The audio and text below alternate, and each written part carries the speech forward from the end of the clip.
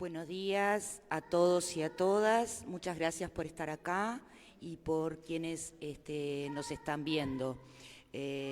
La Asamblea de la Asociación de Profesores de San José decidió que era una instancia fundamental para toda la sociedad divulgar los alcances que tiene la aprobada ley de urgente consideración en el día de ayer, con 18 votos contra 31, y es importantísimo que la sociedad toda entienda cuáles son los alcances que tiene para la educación, desde el punto de vista de la pedagogía, o sea, desde el punto de vista de la educación misma.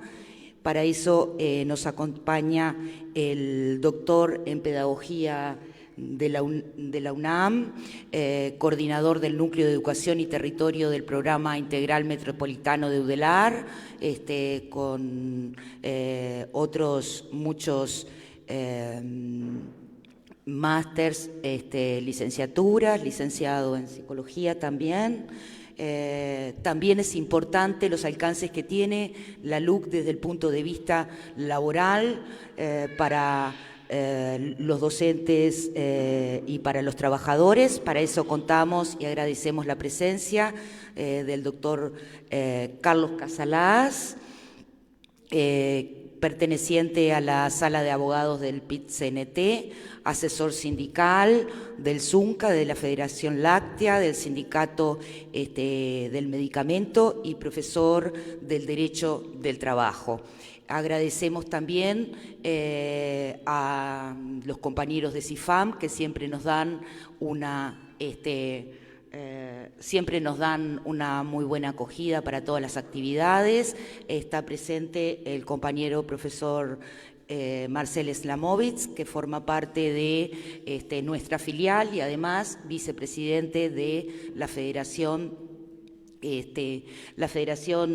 a la que pertenecemos, de FENAPES, y un agradecimiento especial a la presencia de Analía Rolando y Luis Alberto Arnábal, dos compañeros que jubilados nos han acompañado desde el principio en la APCJ.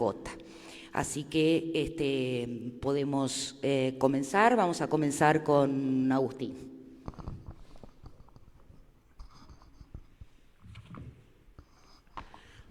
Bueno, buenos días. Hola, aquel pequeño desestabilizador de mi hijo. Bueno, es un placer estar acá. Muchas gracias por la invitación. Y bueno, saludo esta actividad que a pocos días de aprobarse la LUC ya nos está reuniendo para pasar a otro plano de conversación que tiene que ver con, bueno, entender en conjunto cuál es el nuevo escenario y qué podemos hacer, qué deberíamos hacer ahora, ¿no? Es muy buena la concurrencia, ¿no? Esta mañana invernal, así que, bueno, muy contento de estar acá. Yo mientras pensaba un poco qué cosas, reflexiones, etcétera, venir a compartir hoy con ustedes aquí, leí un tuit que puso el presidente de la República cuando se aprobó la LUC, que no sé si lo leyeron, manifestando, bueno, su alegría porque tenía un instrumento que habían esperado largamente, seguramente, y además remarcando, ya lo había dicho otras veces, lo han dicho distintos voceros del gobierno, de que la LUC es una ley popular, ¿no? Bueno, esto daría para conversar largo, ¿no? De la utilización de una suerte de guerra por las palabras, ¿no? Que forma parte de la disputa política siempre y en particular con estas modalidades de gobierno que vemos hoy en nuestro país. Pero quedé pensando, bueno, que era una buena forma de entrada para analizar la LUC, en definitiva. ¿Es la LUC una ley popular? ¿Qué es lo popular? Ahí también las discusiones, ¿no?, filosóficas, bueno, jurídicas, etcétera, son muchas, pero bueno, tomando algún filósofo por ahí, plantea que lo popular podemos entenderlo en dos connotaciones, en dos sentidos. En referencia al pueblo como el referente del soberano, ¿no? El pueblo de un país, de un Estado-nación, como referencia a la totalidad de la población de un país, ¿no? El pueblo Uruguay, el pueblo Argentina, es decir, el universal. Y también la escisión de ese universal, de una parte de ese pueblo que está subalternizada por distintas razones y motivos, y que se organiza para pelear por sus derechos, por sus libertades, etcétera, ¿no? El pueblo que nos reunimos, ¿no? El pueblo que va a la plaza tomando la canción de los pasteles, que nos reunimos, que cantamos "Si este no es el pueblo ¿dónde está?", ¿no? Como constatación de que en esa reunión y en esa movilización estamos llevando adelante una acción popular, porque precisamente lucha, se moviliza por los derechos de la mayoría, en tanto son derechos que hacen a tener una sociedad más justa, más igualitaria, más libre, etcétera, ¿no? Si pensamos lo popular de esas dos dimensiones, veamos entonces, en el primer sentido, ¿no? La pregunta sería, ¿es la LUC una ley que favorece a las mayorías de ese pueblo como universal? Sabemos que ese pueblo como universal no está compuesto de forma igualitaria, ¿no? Sino que tiene sectores privilegiados, sectores postergados, subalternizados, etcétera, ¿no? Bueno, la respuesta creo que es bastante clara, y es que la LUC no es una ley que favorezca a las mayorías. Seguramente ahora el doctor, por lo que veo del título de su presentación, va a abordar un aspecto muy claro de cómo esta ley es una ley antipopular. No solo no es popular, sino que es antipopular, y parece representar los intereses de minorías bien organizadas, de las minorías privilegiadas de nuestro país, muy bien organizadas, ¿no? Yo me voy a referir a algunos temas de educación. Ahí con Marcel conversamos un poquito antes para no pisarnos. Yo he trabajado más sobre todo los temas de cómo la LUC afecta al sistema de educación terciaria, superior, pero voy a hacer algún comentario tratando de mostrar cómo la LUC no es una ley que responda a las problemáticas de las mayorías en el terreno educativo, y quizás ejemplificando más con el sistema de educación terciaria.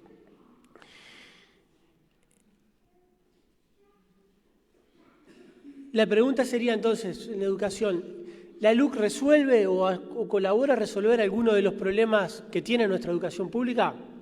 Que los tiene, un montón. Hay un montón de problemas que se expresan en la educación pública y no necesariamente son de las instituciones educativas. Y hay muchos problemas que sí son de la organización de la educación, de sus instituciones, etcétera, ¿no?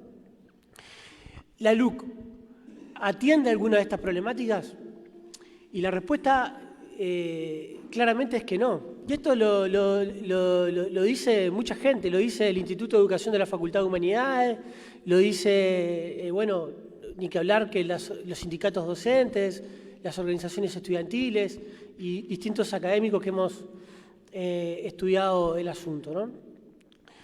Y no lo es por una sencilla razón, no está hecha para eso, no está hecha para abordar algunas de las problemáticas que se expresan en las instituciones educativas o de las propias instituciones educativas, sino que está hecha para cambiar la estructura o para tender a cambiar la propia estructura de las bases de nuestro sistema educativo. Lo voy a decir como, bueno, allá el menor infractor ya está atentando con piedras. Igual mientras no se ponga el tapaboca, que es lo más peligroso que puede suceder en una institución educativa, creo que no va a tener problema. Decía, yo voy a decir como la síntesis y después tratar de ejemplificar a qué me refiero. Yo creo que si miramos tendencialmente a qué apunta la ley de urgente consideración, es a cambiar una estructura de un sistema educativo público, autónomo y coordinado hacia un sistema mixto, público-privado en competencia. El sistema público autónomo coordinado es un sistema que se forjó desde fines del siglo XIX, a lo largo del siglo XX, que ha tenido distintas características, distintos vaivenes, que ha tenido distintas organizaciones institucionales, que se ha forjado al calor de disputas, por supuesto, pero que forma parte de una matriz institucional, de la institucionalidad educativa de nuestro país, claramente identificable, donde más del 80% de la matrícula educativa es pública, y de lo cual estamos orgullosos, orgullosas, y que ha permitido que el Uruguay tenga avances en educación muy tempranos, y esa es la estructura que se pone en cuestión. No porque lo público no estuviera ya siendo socavado desde antes por lógicas privatizadoras, endógenas y exógenas, sino que siempre está en tensión, ¿no? Siempre ha estado en disputa, siempre lo estamos defendiendo. No porque la autonomía, ni que hablar, funcione de mil maravillas y tenga la organización institucional que querríamos y no estuviera también violentada, no solo por el poder político, sino también por, como sucede, por ejemplo, actualmente con los proyectos educativos que impulsa UPM, también por grandes empresas multinacionales que de algún modo intervienen en la agenda educativa, ¿no? También es un problema de la autonomía por ese lado. Pero bueno, esa es la matriz, ¿no? Y no porque la coordinación, ni que hablar, funcione de maravilla. Tiene mil problemas la coordinación interna del sistema educativo y ahí habría cosas a mejorar. Pero la LUC no lo hace. La LUC suprime el Sistema Nacional de Educación Pública, y ahora voy a ir sobre esto, y lo que antes eran dificultades de coordinación pasan a ser ahora prácticamente un descuido, una despreocupación por la coordinación, porque no importa, porque ya no se trata de tener un sistema público, autónomo y coordinado, sino de tratar de generar las bases para un sistema público-privado en competencia. Entonces hay un cambio que es paradigmático, que tiene pretensión fundacional, que no se puede subestimar y que la LUC empieza a encaminar. Que la LUC no logra del todo, no es que a partir de ahora, como se aprobó la LUC, tenemos ese sistema público-privado en competencia, no. Pero para montar algunos de los sistemas de ese tipo, ¿no? Los sistemas de voucher, los sistemas de escuelas a la carta, los sistemas de transferencia masivas de recursos públicos a las instituciones privadas, a través de mecanismos de elección de las familias, de los centros educativos, ¿no? Para llegar a eso, que requiere toda una cantidad de reformas y de cambios, y que contra eso habrá que pelear, etcétera, se requieren cambios que sí hace la LUC. Se requiere empezar a perfilar un nuevo rol del Ministerio de Educación y Cultura, un nuevo rol del Instituto Nacional de Evaluación Educativa, una subrepresentación de las instituciones públicas en la coordinación del sistema y un crecimiento de las atribuciones de las instituciones privadas, mayores instrumentos, más instrumentos para transferencia de fondos públicos a las instituciones privadas, y todo eso sí lo hace la LUC. Todo eso sí lo hace la LUC.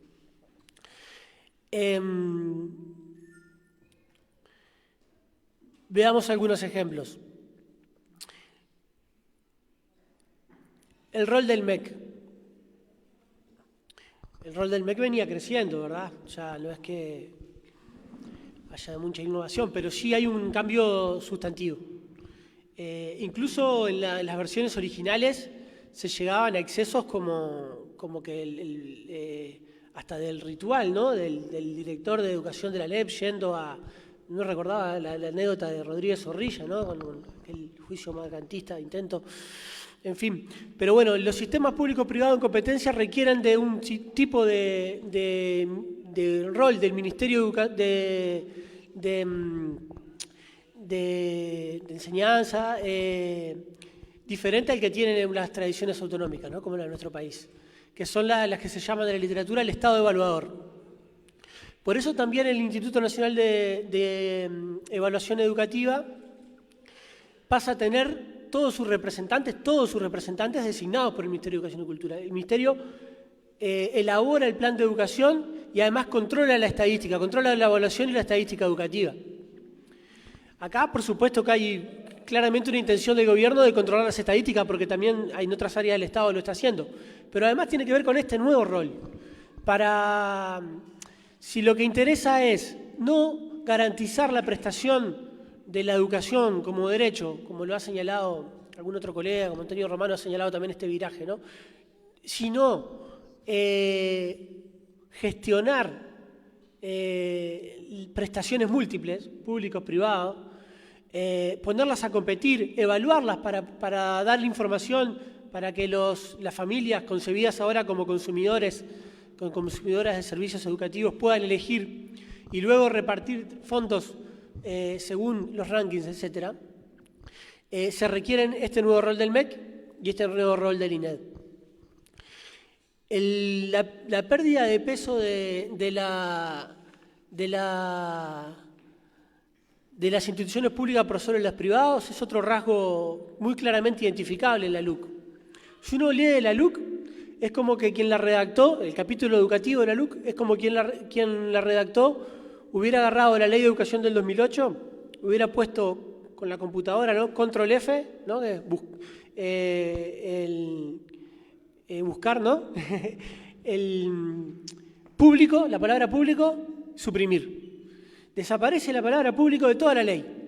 El Sistema Nacional de Educación Pública desaparece. Con eso desaparece una coordinación del Sistema Nacional de Educación Pública que estaba compuesta por 9 instituciones, por 9 miembros, perdón, todos del sistema público, ANEP, Ministerio, UDELAR, UTEC, donde la Universidad de la República, por ejemplo, tenía 3 miembros de 9, se suprime eso y se pasa a una comisión coordinadora de la educación, sin público, sin la palabra público, que tiene 16 miembros, donde la Universidad de la República tiene 1 y las instituciones privadas tienen 2. Fíjense ustedes el despropósito, además de que está la educación policial, militar, el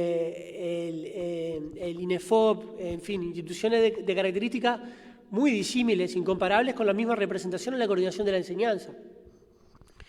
Es decir, hay todo un cambio institucional, político, dirigido a que los centros educativos privados, las instituciones privadas, tengan más peso político y poder de incidencia en el conjunto y restar el peso de las instituciones públicas, sobre todo de la UDELAR, que es una institución autónoma. Bueno, empecé a escuchar voces, ustedes ayúdenme a ver si... Sí.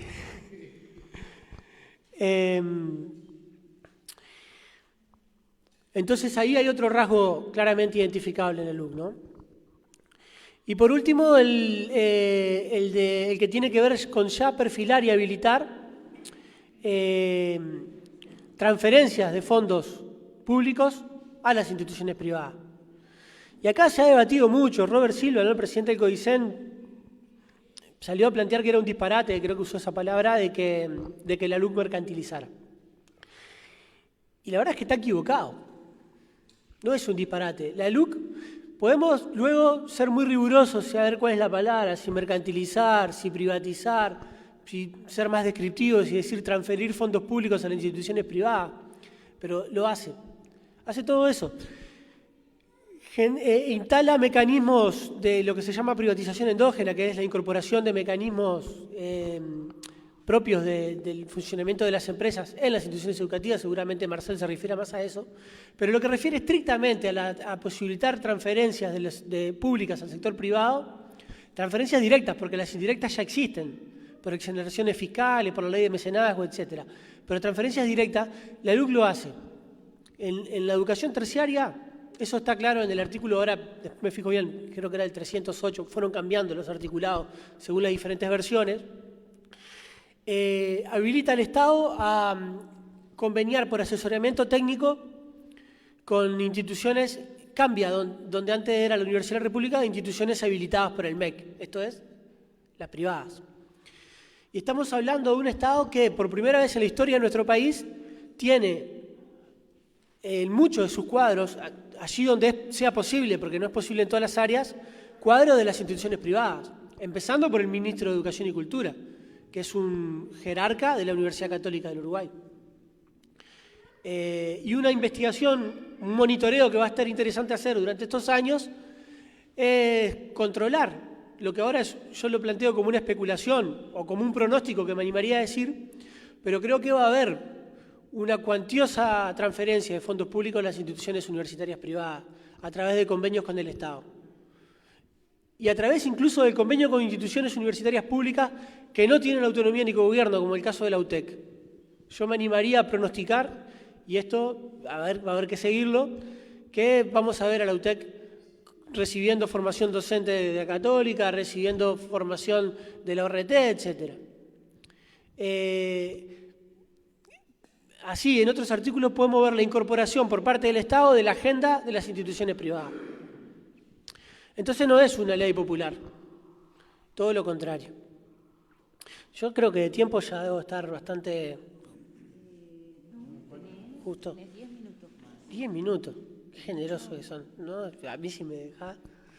No. No, vamos a hacerlo breve, así escuchamos y podemos, ojalá, conversar un poco antes de ir a la marcha.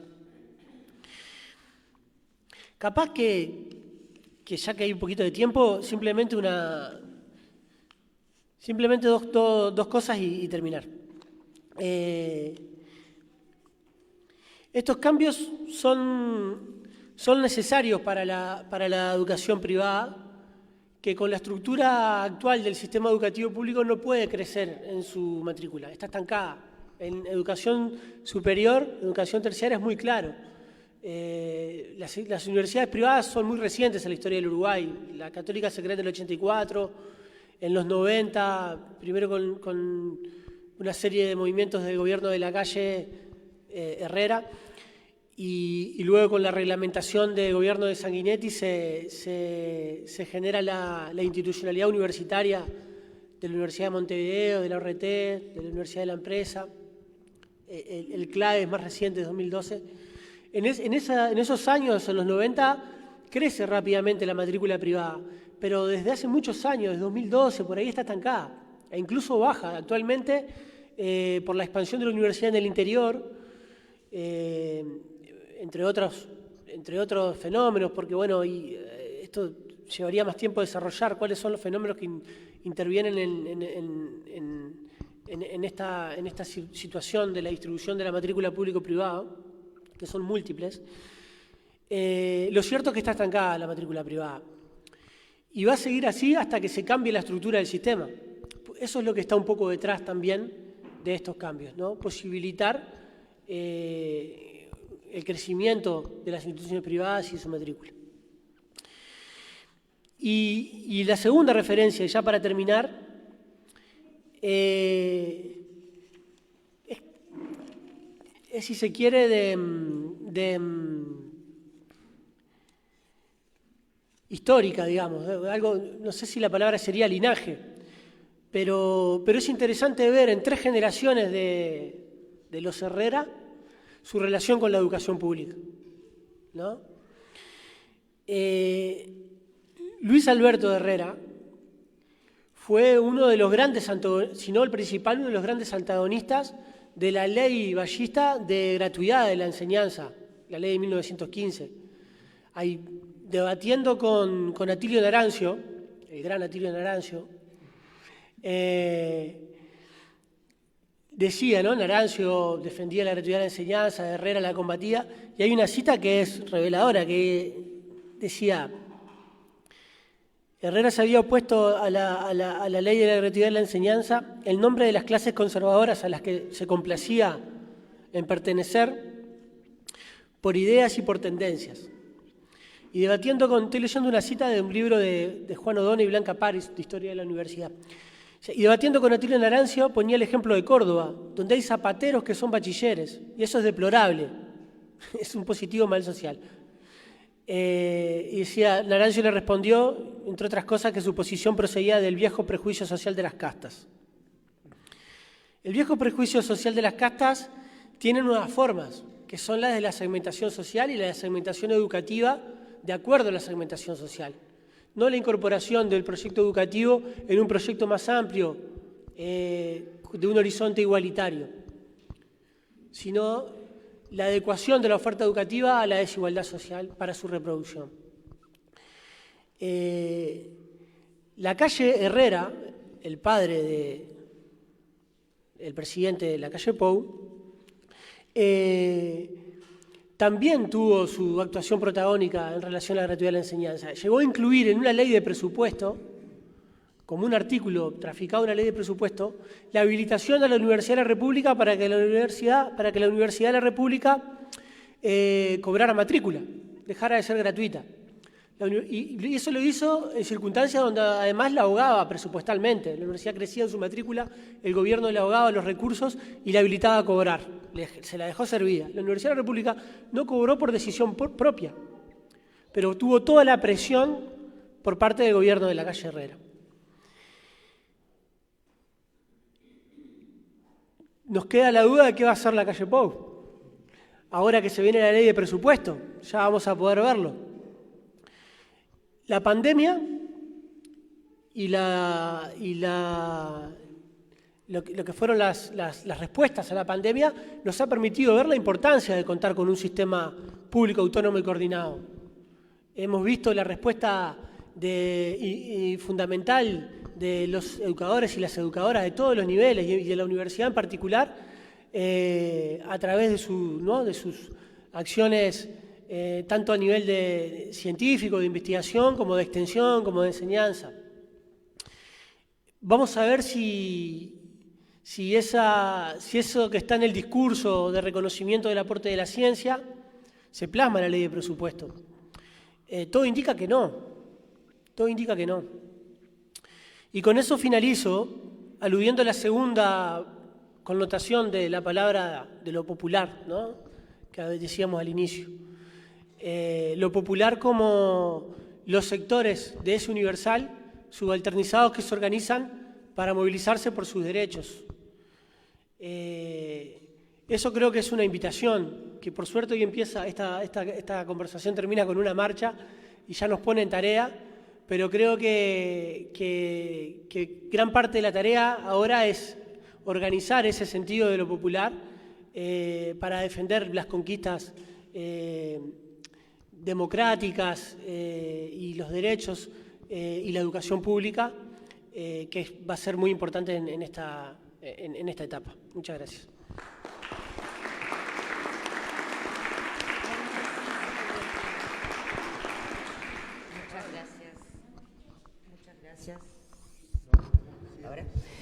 Muchas gracias, Agustín. Le damos la palabra al doctor Carlos Casalás. Hola. Buenos días, señoras y señores.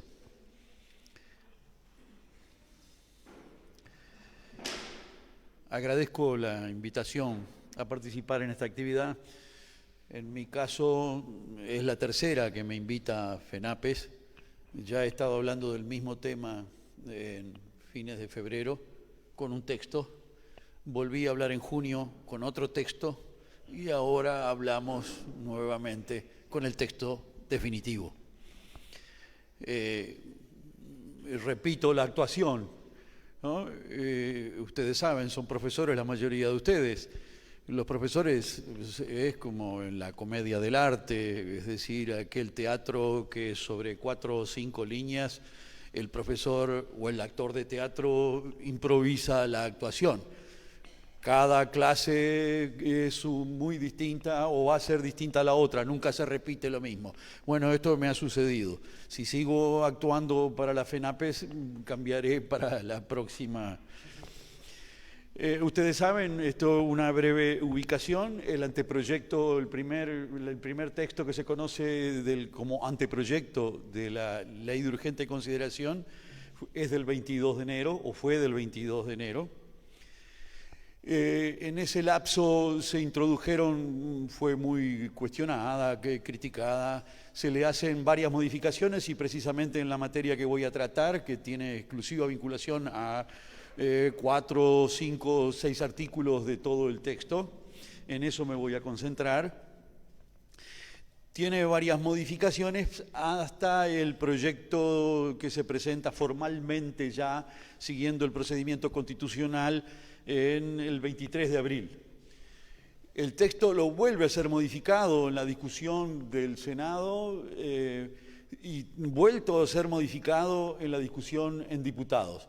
Este texto ya no va a tener modificaciones en Cámara de Diputados si se modifica la numeración. Si ustedes han prestado atención y han seguido o tienen textos de la ley, del proyecto, tienen que tener mucho cuidado porque se ha modificado la numeración de los artículos y eso a los efectos del uso concreto tiene alguna significación.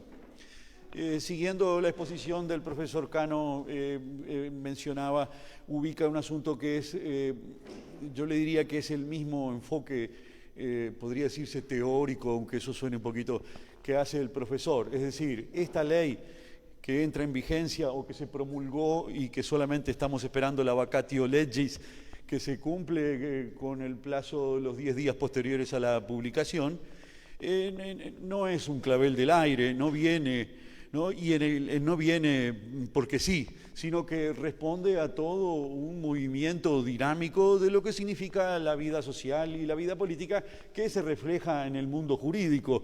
Es decir, la norma jurídica, en definitiva, responde a los movimientos que se van produciendo en el mundo social. Para explicar más concretamente el punto de vista del derecho del trabajo, el profesor Barbagelata habla de la subyacencia del conflicto.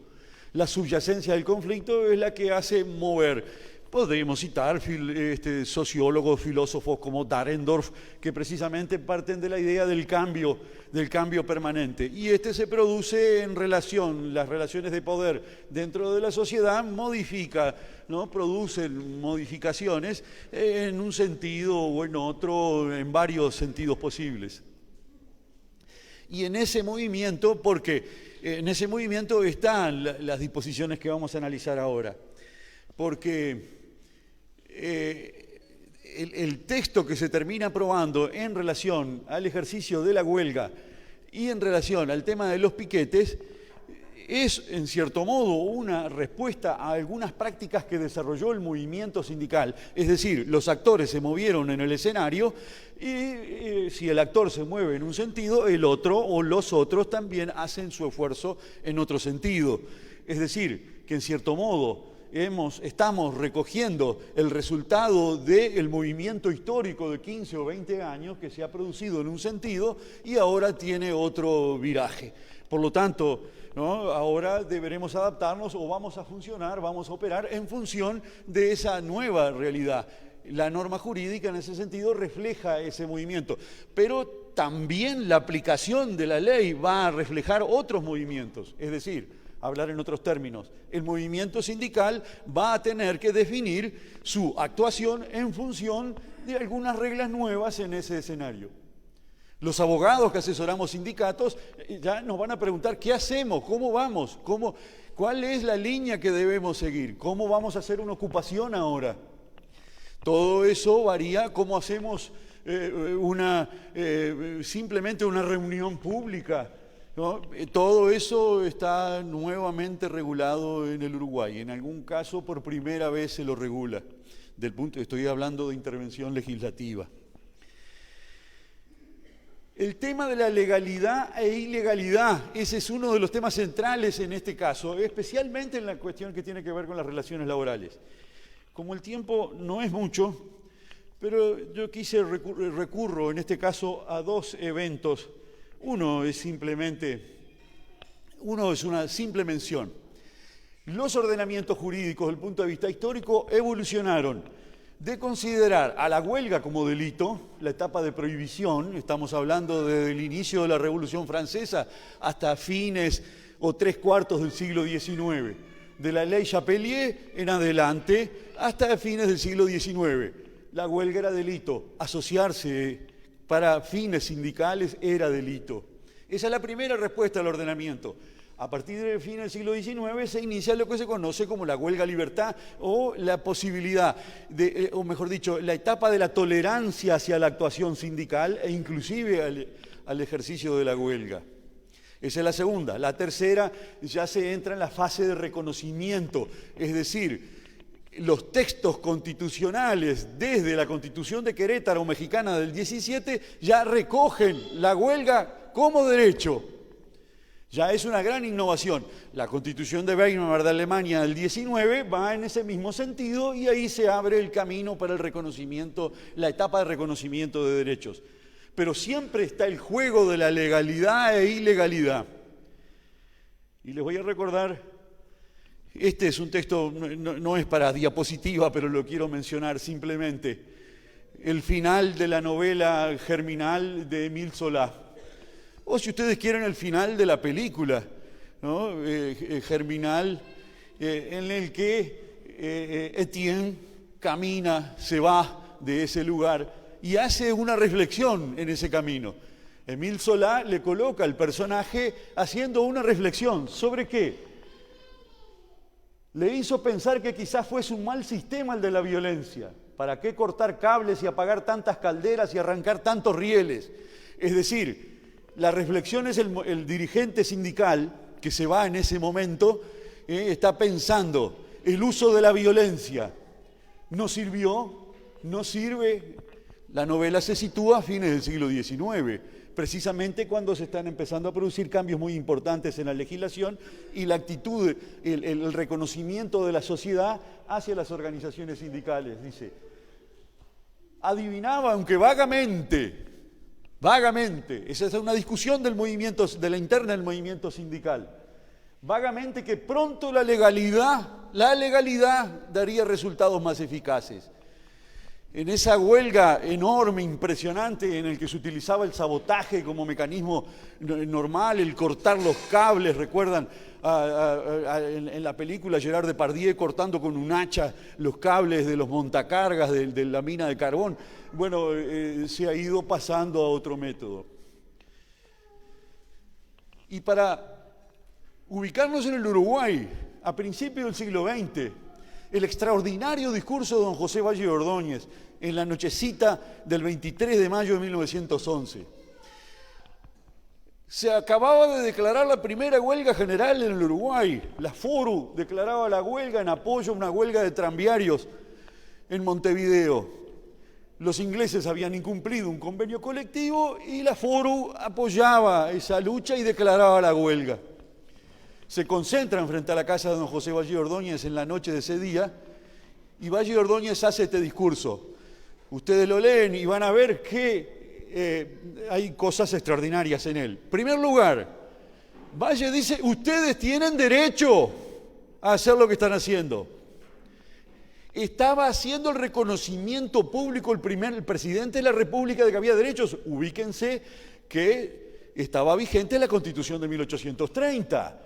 Es decir, una constitución liberal, aristocrática, censitaria, en fin, todas esas cosas, ¿no? La valoramos como la primera constitución, pero no, preferimos una un poco más moderna.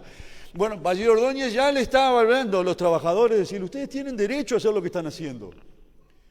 Pero, y en ese lenguaje español que ya no se usa más en el Uruguay desde hace muchos años, siempre que respetéis la ley y el orden, el tema de la legalidad como centro de la cuestión, la actuación de los actores. Claro, no era un ambiente muy propicio porque la FORU tenía una orientación muy dura, ¿no? Y precisamente se excluía, ¿no?, del sistema legal burgués, ¿no? Aquello era la legalidad burguesa, estaba fuera de eso.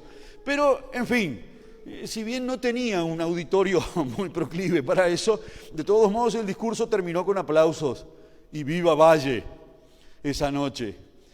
Y el gobierno de Valle cumplió además porque medió en el conflicto que terminó en forma positiva para los trabajadores. Pero lo que interesa acá es ubicar el tema de la LUC en el tema de la discusión de la legalidad y la legalidad, la actuación de los trabajadores del movimiento obrero moviéndose en un ordenamiento jurídico vigente en determinado momento, porque eso es, me parece, lo que debe hacer, ¿no?, valorar ahora, ya vigente la ley, para el futuro, ahora ya, desde la promulgación, como les dije, desde el 10 de julio de este año.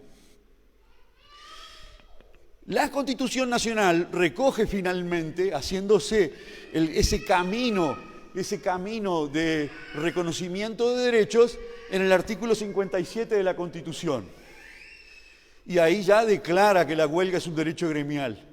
Y define, esto es extremadamente importante a los efectos de valorar la ley, la ley que se aprueba ahora. Porque se podrá reglamentar la ley. Es decir, la ley puede reglamentar. Eso lo puede hacer un instrumento legislativo. Pero tiene que asegurar, ¿no? Sobre esta base se reglamentará su ejercicio. Y el último término es extremadamente importante, su efectividad. Su efectividad. La huelga debe ser efectiva. ¿Y qué quiere decir efectiva? Lo veremos un poquito más adelante, sobre todo en función del texto. ¿Cómo se reglamenta la huelga? Rápidamente, porque este es uno de los temas que tienen que ver todos los sindicatos, los trabajadores que se movilizan. ¿Cómo se reglamenta la huelga? Sin duda, hay una muy abundante reglamentación de la huelga en convenios colectivos y laudos de Consejo de Salarios. Los sindicatos, el movimiento sindical uruguayo ha cambiado en eso ya desde hace mucho tiempo. Yo diría que, para ponerle cierta fecha, podría decirse que en 1985, con la primera convocatoria de Consejo de Salario del gobierno democrático, cambia fuertemente y empiezan a negociarse en los convenios colectivos cláusulas de paz y cláusulas que establecen regulación de prevención de conflictos. Prevención de conflictos que implica formas de ejercer el derecho de huelga siguiendo determinadas reglas, negociadas con las empresas y con intervención del Estado en muchos casos.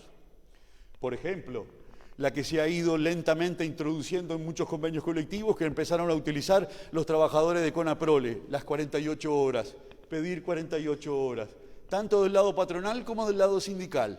48 horas para negociar antes de declarar la huelga. 48 horas antes o que se suspenda la decisión empresarial mientras se discute si el sindicato invoca la cláusula de 48 horas. Eso es una forma de regular el conflicto. Segundo, la pura autorregulación, autorreglamentación sindical. Los sindicatos fijan sus propios comportamientos, sus propias formas de actuación. La FUS, estamos en un local sindical de trabajadores de la salud, son un excelente ejemplo de autorregulación sindical. ¿Cómo hacemos la huelga? Esto sigue funcionando, no vamos a dejar a pie a la gente que viene al sanatorio, en fin, todo lo que significa autorregular el ejercicio del derecho reconocido en la Constitución. Regulación legislativa, por supuesto, se trata de la Constitución, precisamente la Ley de Urgente Consideración es una forma de reglamentar la huelga. Y finalmente, y en estos casos es muy importante, y sobre todo en estos últimos años se ha transformado en muy importante, la intervención de los jueces. Porque los jueces sometidos a decidir en determinadas situaciones fijan una línea de actuación, una línea jurisprudencial que los actores deben adecuarse a ellas. Si me llama el dirigente de la Federación Láctea y me dice, nos llegó un cedulón que nos cita una audiencia en el juzgado, la fábrica de helados, no recuerdo ahora el nombre, de una de las fábricas estaba ocupada por el sindicato. ¿Cuál era el movimiento que hace los actores, digamos? La interposición de una acción de amparo de acuerdo a la 16.011, solicitando el amparo a la libertad de los trabajadores no huelguistas y el movimiento del empresario dentro de la empresa. Los jueces van desarrollando una jurisprudencia y entonces cuando el dirigente sindical llama y dice, ¿qué hacemos? Bueno, de acuerdo a la jurisprudencia, lo más conveniente es que ustedes levanten inmediatamente, porque si no, nos van a sacar con la policía. No solamente va a dictar una sentencia en contra, sino que va a requerir el auxilio de la fuerza pública para cumplirla. De tal modo que, ¿qué está haciendo el movimiento sindical? Adecuando su comportamiento al movimiento que hace, en este caso, la intervención del juez. Y la jurisprudencia, ustedes saben, es casi unánime en amparar el tema de cuando comparecen trabajadores conjuntamente con la empresa en la acción de amparo pidiendo que se les permita ingresar y se desaloje a los que están ocupando, a los huelguistas. Los jueces tienen una posición, en este caso, podría decirse conservadora, ¿no? Una posición conservadora en la cual se apartan de algunos lineamientos de la doctrina en este sentido. Pero eso, de tal modo que los actores luego dicen, bueno, la ocupación ahora para un par de días, a lo sumo, mientras te llega el cedulón a la puerta del sindicato. Los convenios internacionales de la OIT recogen en el artículo 8 del convenio 87 este principio de la legalidad. Dice, están obligados a respetar la legalidad. Siempre ese tema, señores, legalidad y legalidad. Ahora, respetar la legalidad no quiere decir que cualquier intervención legal sea justificada por el convenio internacional. Esto es muy importante a los efectos de valorar la disposición de la ley, de la nueva ley que se aprueba regulando la huelga. Porque, ¿no?, en el comentario abajo dice, se debe actuar conforme al orden jurídico, pero el orden jurídico no menoscabará la libertad. Es decir, que es como una especie de juego en el cual digo, tenés que respetar la legalidad dirigido a los sindicatos y a las organizaciones sindicales y a las organizaciones patronales. Pero a su vez, el ordenamiento jurídico que implica el estado de la legalidad en determinado momento, también debe, o mejor dicho, debe desarrollarse de tal modo que no menoscabe la libertad. El principio constitucional de que somos libres en nuestra acción, mientras la ley no intervenga y nos reduzca la actuación, somos libres. De tal modo que la ley debe cuidar eso cuando reglamenta. Es decir, de respetar la esfera de libertad del ciudadano. Y en este caso es muy importante porque estamos en el juego de la legalidad y hasta dónde la legalidad del ordenamiento jurídico puede afectar el comportamiento o mi libertad. Este es el nuevo artículo, esto es lo que se aprobó, el 392. Va a ser muy recordado en la historia, muchas veces correrán ríos de tinta o no solo tinta, ¿no?, en relación a la aplicación de esta disposición. Esta es la norma que se aprueba en relación a la huelga. Y fíjense ustedes que el artículo comienza precisamente por una referencia en el acápite, no a la huelga, sino podría decirse a la contrahuelga. ¿No? Habla de la libertad de trabajo y el derecho de la dirección de la empresa. Tiene una historia todo este asunto, este artículo, y de los cuales podríamos decir que el movimiento sindical es responsable de que esté esto. Yo recuerdo una conversación que tuve con Milton Castellano, muy informal, y ubican a Milton Castellano, el director del instituto, dirigente de la FUESI durante muchos años, un dirigente de una extensísima trayectoria militante, en fin. Le digo, Milton, antes de que venga esto, ¿por qué no responde el movimiento sindical antes con explicitar reglas de actuación, de autorregulación? Es decir, de decir, señor, está bien, ya entendimos la posición de la jurisprudencia y los problemas y las críticas patronales. Ahora vamos a fijar nosotros las reglas. Y ustedes nos pueden exigir ese comportamiento luego de que yo explico las reglas, que autorregulo. Es decir, para ponerlo como un ejemplo, a la FUS le puedo reclamar y decirle, señores de la FUS, ustedes no cumplieron con su propio criterio que fijaron para funcionar o para hacer la huelga. Pero Milton me decía, esto es una conversación informal, no es para comprometer a Milton, me decía, la central no tenemos en la central la fuerza suficiente para establecer reglas de autorregulación de la huelga para todos los sindicatos. En ese caso funcionan las federaciones o los sindicatos de actividad con su propia autonomía. Podemos establecer algunos lineamientos y con los compañeros resolver determinado marco, pero nos va a costar. Bueno, ahora tenemos la ley. Porque en realidad el motivo ahí, a pesar de que utiliza la referencia derecho de huelga, que eso trae alguna consecuencia, en realidad el artículo está pensado, algunos le han criticado, Fernando Pereira, por ejemplo, lo ha dicho, pero si están pensando en la ocupación como forma de la huelga, entonces, si es la ocupación, ¿por qué no regularon la ocupación y no la huelga en general? En definitiva, a través del tema de la regulación, de la limitación de la modalidad de ocupación de la huelga, finalmente se dirige a todo el derecho de huelga. Por lo tanto, genera algunos problemas o amplía la situación.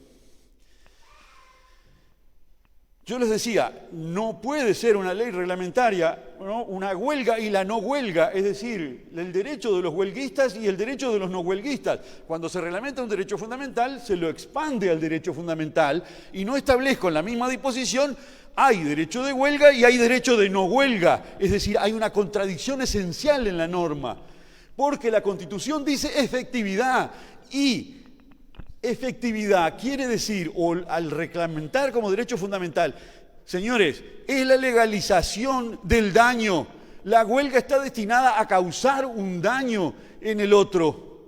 Le paralizo la producción, no lo dejo vender, le tranco la salida de la fábrica. Estoy infringiendo un daño y la Constitución me legaliza el ejercicio del daño. Por lo tanto, si yo establezco límites a eso, la hago menos efectiva. No quiere decir que pueda hacer cualquier cosa, todo esto tiene límites también. Ese es el juego que el ponente de la OIT precisamente le recordó a los legisladores, el principio de proporcionalidad. Cuando concurren dos derechos fundamentales, la proporcionalidad. Ocupación pacífica como modalidad de la huelga. En el artículo, esto es importante, ya estamos interpretando el texto vigente, no se prohíbe la ocupación. No se prohíbe la ocupación, se reglamenta la ocupación, se establecen determinados criterios en la ley para la ocupación. Ya tenemos que trabajar sobre el texto. Ya cuando le hablo al dirigente le digo, no está prohibida la ocupación. El texto está reconociendo la ocupación como una forma de extensión del derecho de huelga. Pero, atenti, hay algunas formas de ocupación que tradicionalmente hacía el movimiento sindical que la ley no la permite. Porque si me exigen la ocupación con el permiso y debo asegurarle la entrada a los no huelguistas y además la gestión de la empresa, yo estoy tocando la esencia de la ocupación tradicional como la hacía el movimiento sindical. Ahora hay que pensar en otras modalidades. En Italia le llaman huelga blanca. En el Uruguay, el Zunca, como ha intentado moverse en la maraña legal, que seguramente ahora lo va a seguir haciendo. El mecanismo de la Asamblea Permanente, que es lo mismo que la huelga blanca italiana. Es decir, me instalo dentro del establecimiento en Asamblea Permanente. Los no huelguistas pasan por acá. Y el empresario pasa por acá. Yo estoy en Asamblea Permanente.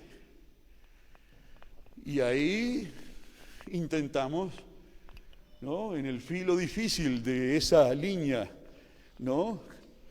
En este asunto, la legislación inglesa o norteamericana ha avanzado mucho, ¿no? Se dice, inclusive la OIT, el piquete vivaz.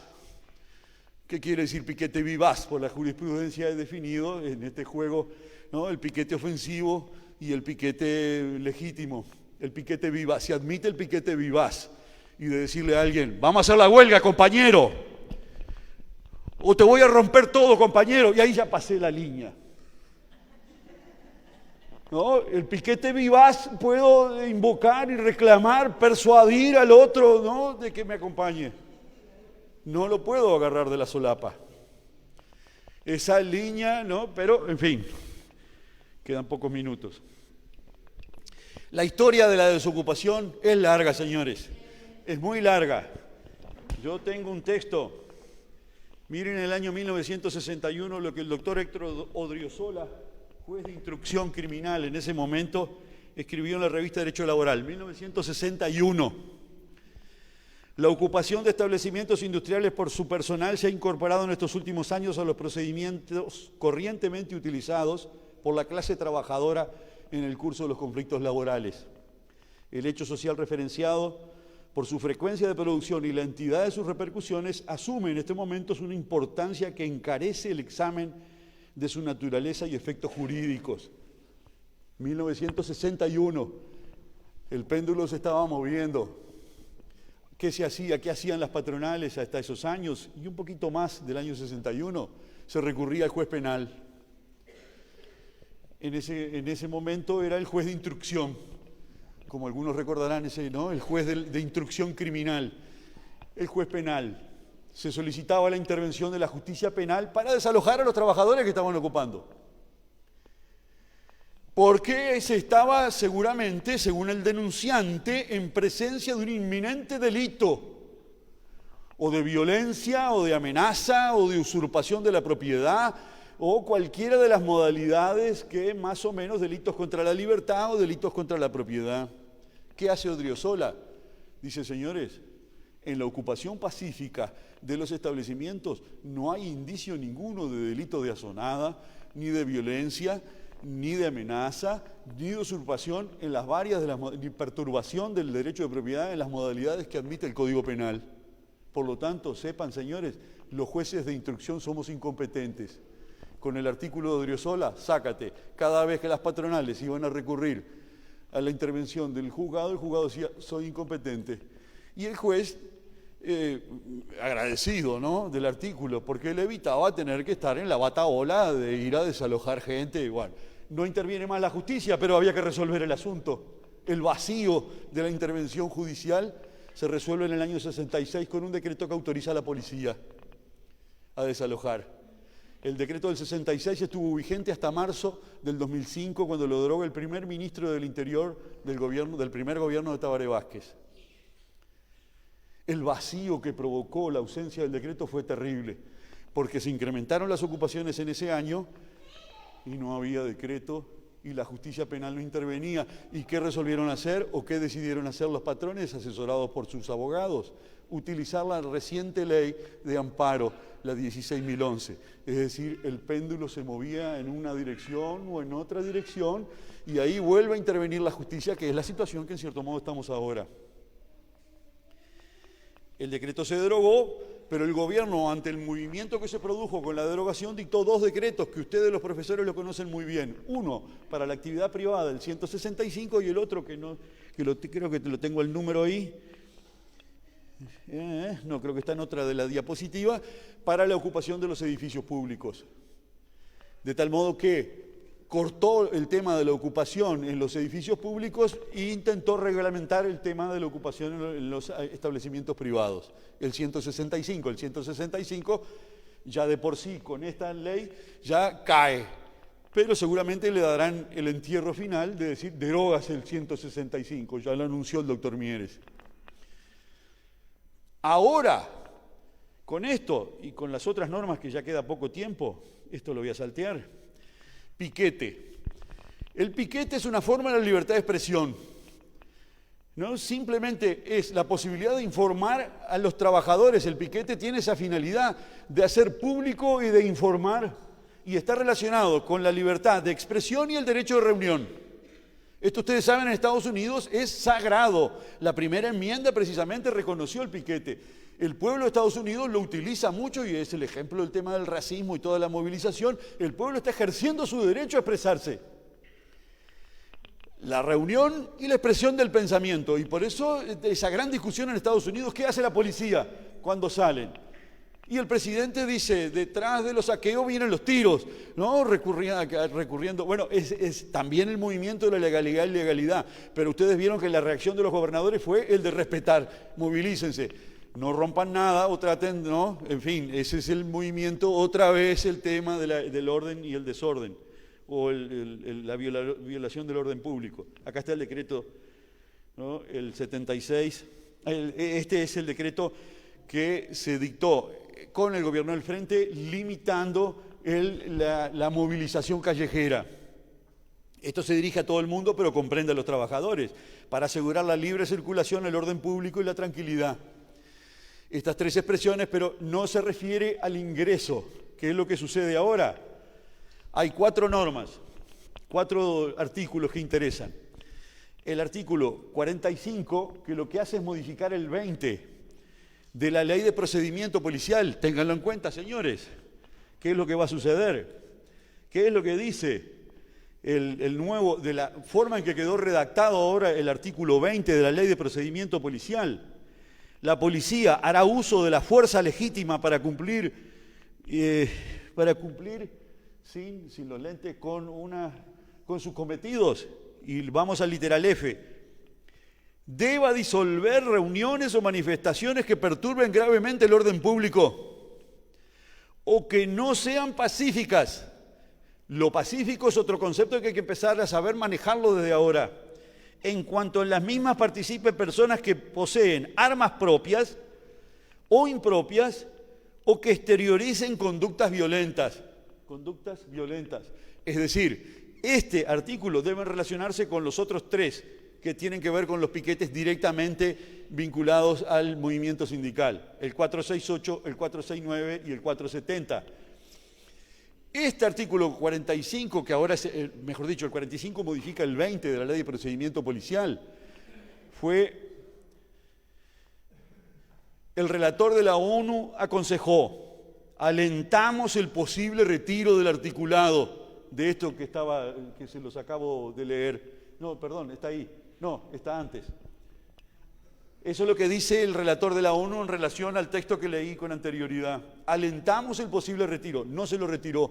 Esta disposición seguramente va a ser sometida a control de convencionalidad porque Uruguay queda en situación de incumplimiento de pactos internacionales sobre el tema de la libertad de reunión y la libertad de expresión. Ya se lo dijo el ponente.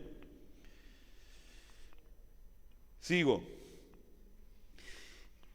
El delegado de la OIT admite, siempre que sea pacífico, admite, dijo, podría ser, pero la regulación de los dos artículos del 4669 y sobre todo el 468 y el 469 sobre piquetes, advirtió que eso puede vulnerar la libertad y que debe funcionar el principio de proporcionalidad cuando hay concurrencia de derechos. Y entonces esta idea es muy importante, pensarla, meditarla, porque este es el juego que vamos a tener los actores. La ley no debe ser aplicada de suerte que menoscabe, ahí hay un sí, está bien, que no menoscabe la garantía de libertad. Es decir, sí, puede reglamentarlo, pero la reglamentación no puede a su vez menoscabar la libertad. Este es el juego en que se colocó el legislador con la ley, con estos artículos de la LUC. Todo esto con la garantía del Estado, con la garantía del Estado. Ahora van a haber dos métodos legales para intervenir. Uno, directamente voy a la justicia y saco a los ocupantes. O directamente recurro a la policía, porque ahora está legalizada la intervención policial. Nuevamente, si volvemos casi al decreto del 66, ahora puede intervenir la policía. Es decir que puede llegar el cedulón o puede llegar el comisario del barrio con su garrote, Es decir, este es el nuevo escenario que nos espera con el tema, todo con la garantía del Estado. Porque ustedes le habrán leído que dice el Estado garantiza. Se modificaron algunas disposiciones, sobre todo se cambió un verbo muy importante en la norma sobre piquete. Porque la primera redacción que entró, que estaba circulando en febrero, decía afecten. Ese verbo, a solicitud del ponente de la OIT, se modificó porque afecten el orden público. En cambio ahora es impidan el orden público. El texto es muy importante porque solamente en el caso de impedir, no afectar. La afectación es un término más amplio que facilitaba la intervención policial. Ahora se la limita. Esto respondió. Pero de todos modos, señores, la huelga, al quedar redactado el artículo, la disposición del artículo 392, no solamente la ocupación puede ser involucrada o afectada, porque hay otras modalidades de huelga, como puede ser el paro de brazos caídos que utilizan los funcionarios judiciales. ¿Qué hacen los funcionarios judiciales? Se quedan en la oficina sin trabajar. ¿Están ocupando? Bueno, ahí podemos decir, imagínense que eso se produce en un laboratorio de la industria farmacéutica. Están trabajando algunos, no huelguistas, y otros hacen un paro de brazos caídos o un paro, un perlado o huelga intermitente. Hay huelguistas y no huelguistas, están dentro del establecimiento. Es decir, que la norma que estaba pensada para la ocupación se va a ir extendiendo a otras modalidades que adopta el movimiento sindical. Siempre bajo una regla. ¿Es pacífico? ¿No es pacífico? Esa es la clave ahora en la interpretación. Ya no solamente en la ocupación, sino en otras modalidades probablemente atípicas de la huelga. La idea de lo pacífico, no pacífico. ¿Quién va a determinar cuándo es pacífico y no pacífico? Bueno, puede ser el jefe de policía de San José, que ustedes saben que tiene un concepto muy riguroso de lo que es el orden público. Esa es una forma de interpretar, porque la policía es el primero que lo van a meter en la boca del lobo. Porque los policías al final terminan reaccionando como fue la tradición del artículo del decreto del 66. La propia policía, el propio ministro del presidente Valle, el doctor Borrelli, cuando le pedían el desalojo de una fábrica con el decreto del 66, decía: me piden el desalojo, llamo al Ministerio de Trabajo. ¿Qué me contesta el Ministerio de Trabajo? Están negociando en este momento. La policía no interviene, señores. Es decir, preserva al policía, porque la policía al final le dice: no, otra vez vamos a darle palo a esta gente. No, otra vez. ¿No? Entonces al final se fue desarrollando una especie de práctica policial. Bueno, ahora los dirigentes sindicales tienen que afinar su forma de relación con la policía, como se hizo en el tiempo del decreto. Y por aquí, señores, terminamos. Recordando el discurso de Valle Ordóñez, ¿no? Siempre que respetéis la legalidad y el orden, la piedra se ha movido, el péndulo se movió en una dirección y ahora hay que definir otro comportamiento, otra decisión en función de ese ordenamiento, hasta que otra vez se mueva, vaya a saber en qué dirección, pero tenemos la esperanza que sea en el respeto amplio a la libertad sindical y al ejercicio del derecho de huelga. Muchas gracias.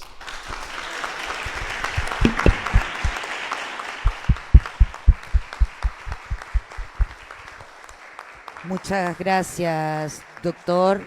Le damos la palabra al compañero Marcel Slamovich.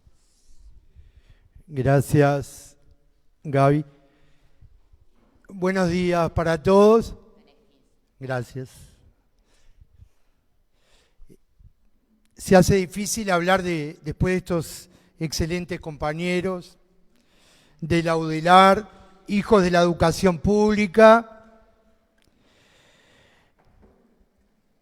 que justamente lo que pretende la LUC es eliminar esto, el espíritu crítico en los docentes, y la verdad que también cuesta en la UDELAR que haya gente comprometida con el movimiento sindical, la educación pública. Por eso destacamos como FENAPES y Asociación de Profesores de San José el compromiso permanente, tanto de Carlos como de Agustín, con el movimiento popular en una época difícil. Segundo, saludar a mi compañera Gabriela también, la Intersocial, FENAPES.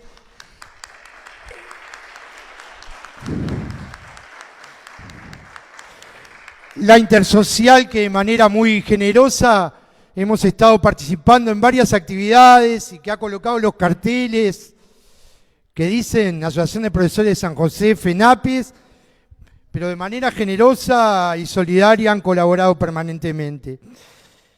Y eso hace a lo que la perspectiva que tenemos de trabajar juntos, trabajadoras, trabajadores, la Intersocial, para lo que se nos viene, que no es fácil. Ser docente y no luchar es una contradicción pedagógica. Decía algún cartel de todos aquellos que fuimos, ¿se acuerdan cuando se decretó la esencialidad en el 2015? Estoy viendo ahí a Analía y Luis Eduardo, que hoy los mencionaba Gaby, con queridos compañeros jubilados que siempre estuvieron al pie del cañón.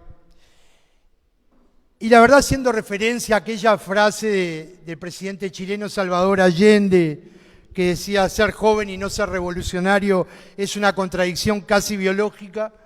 Nosotros, como profesionales de la educación, decimos: ser docente y no luchar es una contradicción pedagógica. Como docentes, antes de hablar de la LUC, siempre nos planteamos, y en nuestra asamblea, la última, que es muy rica en debates, en discusiones y en luchas, la gran pregunta de la pedagoga uruguaya Reina Reyes, que es ¿para qué educar? A veces en la rutina de las clases muchas veces nos olvidamos, pero tenemos el colectivo que nos hace más grandes a todos, nos quita las mezquindades, el individualismo, y nos hace pensar eso, ¿para qué educamos? ¿Y para qué futuro educar, como dice Reina Reyes? Entonces mucho se debate, hoy decía Agustín, ¿no?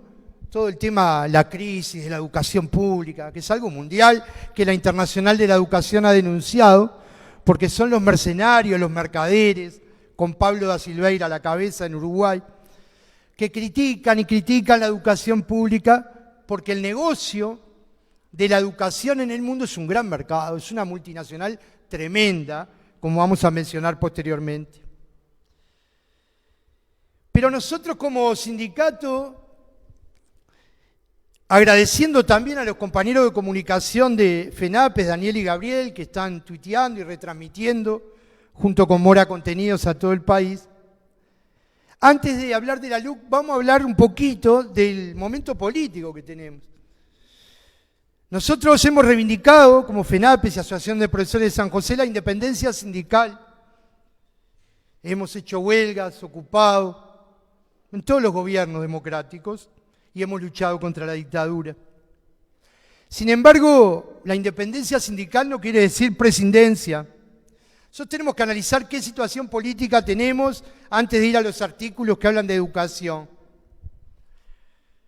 Nosotros hoy tenemos un gobierno que atenta contra los trabajadoras y trabajadores, un gobierno de derecha y de extrema derecha, con figuras claras detrás de la presidencia, como Julio María Sanguinetti, autor de la Ley de Educación, que el otro día cuando hicimos la actividad de la Intersocial vimos, cuando fue la destitución, por ejemplo, de la compañera Mirtana López, que fue porque hizo paros de FENAPES contra la Ley de Educación en el 73, sigue siendo el mismo personaje nefasto para los trabajadoras y Manini Ríos, como dos grandes artífices de este gobierno de coalición verde-oliva. Pero para ser justo, muchas de las políticas que se venían implementando en los últimos años y que esta federación denunció en materia educativa, hoy se consolidan a través de la LUC, como el tema de la virtualidad, de las habilidades, etc. Y hoy nos encontramos en el medio de una situación de pandemia, que por suerte acá la Intersocial y la Asociación de Profesores de San José, que hizo 5 asambleas presenciales en el medio de la pandemia, marcó que la pandemia ha sido un gran distractor de la realidad también. No negamos la existencia de la misma. También nos cuidamos y recomendamos a nuestros seres queridos y estudiantes cuidarse.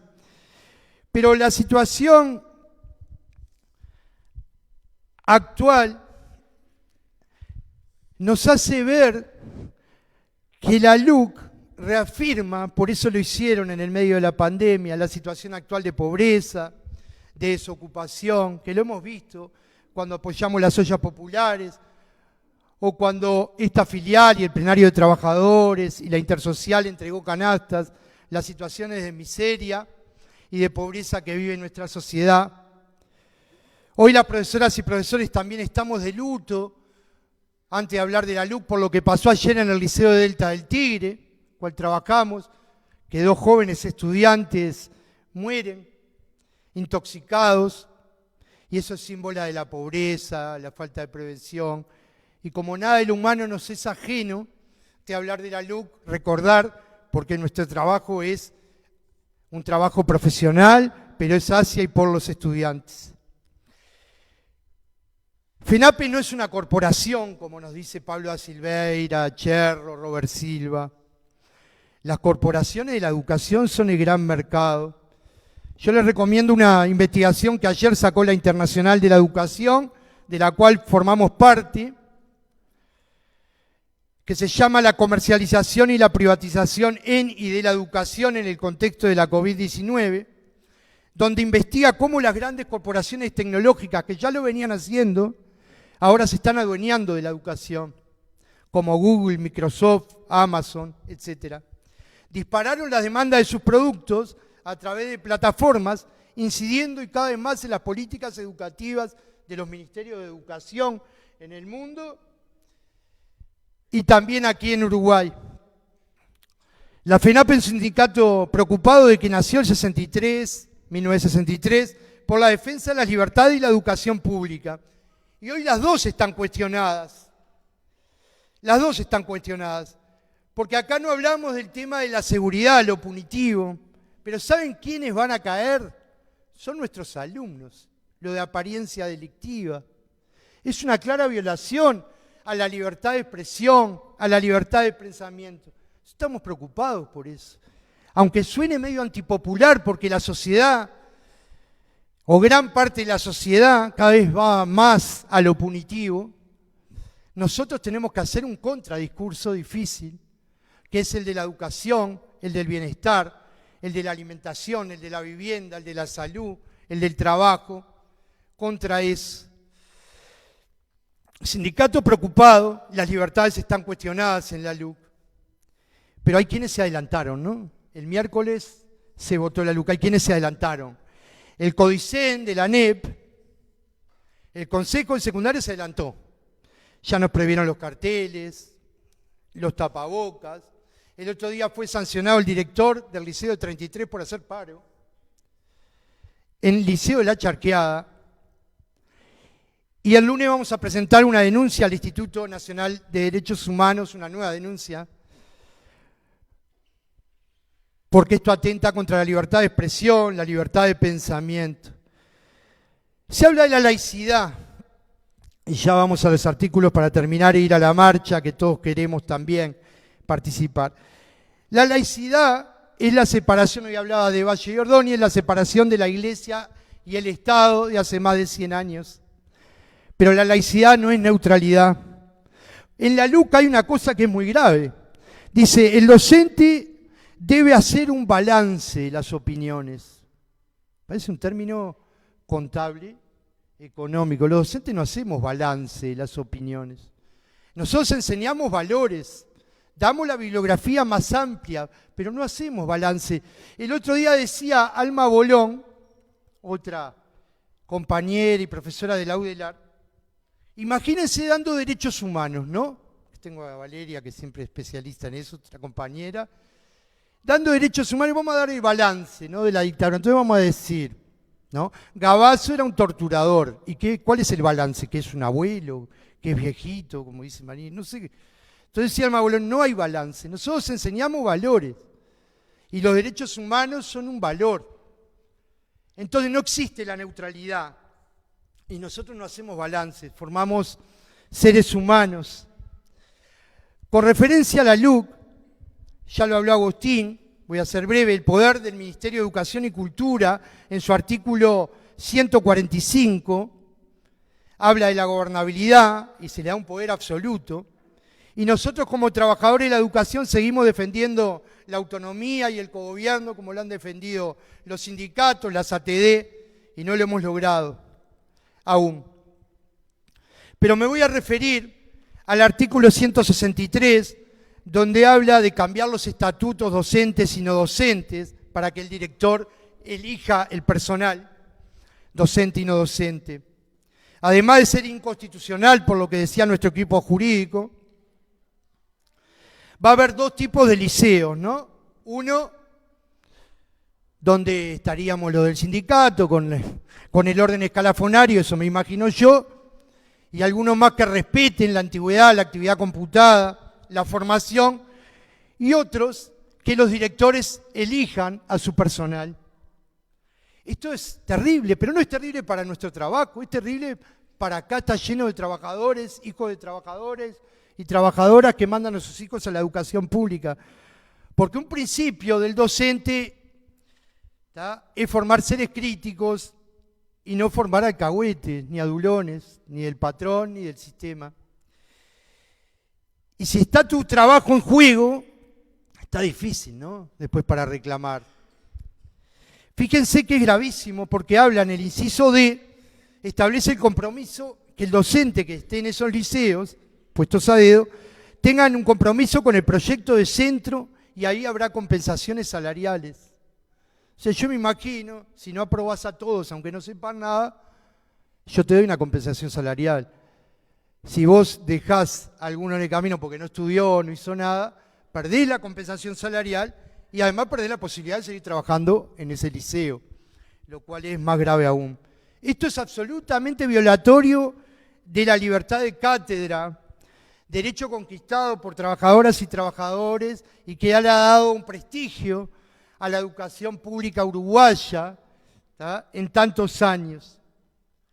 No genera docentes, como decíamos anteriormente, y puede también generar que para ingresar a trabajar en un liceo, sea por amiguismo, clientelismo, que los que trabajamos en el interior sabemos que era común antes de que funcione el sistema de elección de horas, por ejemplo, o puede pasar lo que se denunció recientemente en Colonia con las pasantías para ingresar a la Intendencia de Colonia, por modo de ejemplo, ¿por qué no?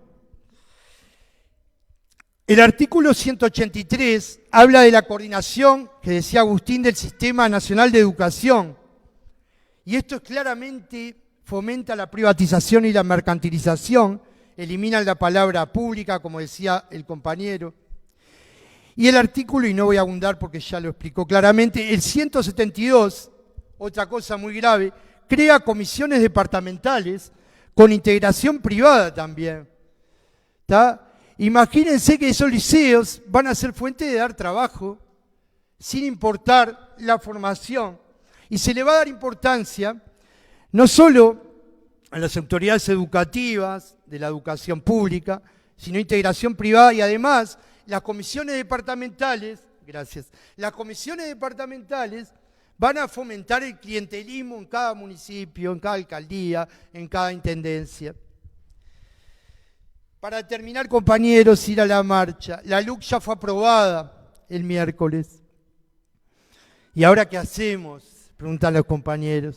Por suerte tenemos organizaciones democráticas y estamos discutiendo qué hacer ahora, desde el punto de vista jurídico, político, sindical. ¿Cómo enfrentarla? Pero sabemos cuáles son nuestros principios. Reivindicamos la huelga, la ocupación, la calle.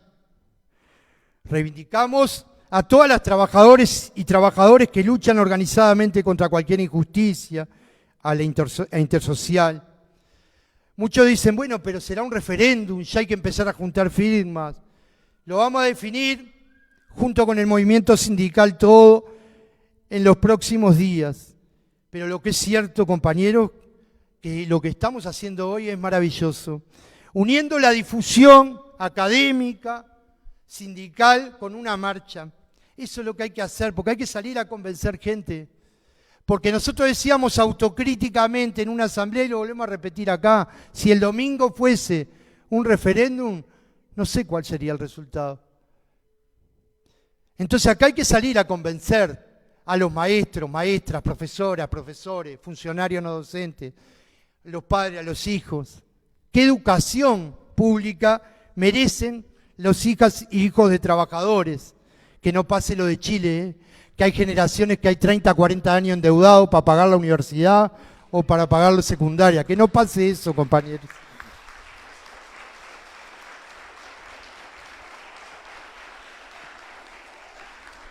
Y para terminar, compañeros, algo que hemos dicho tantas veces en la Asociación de Profesores de San José, hay que salir ya de la virtualidad y recuperar las aulas y recuperar las calles, porque las calles son de las y los trabajadores. Arriba los que luchan.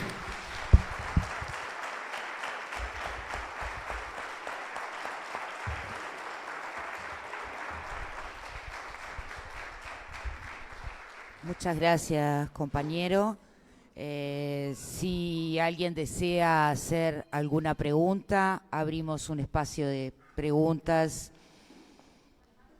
O si no, directamente nos vamos a la calle.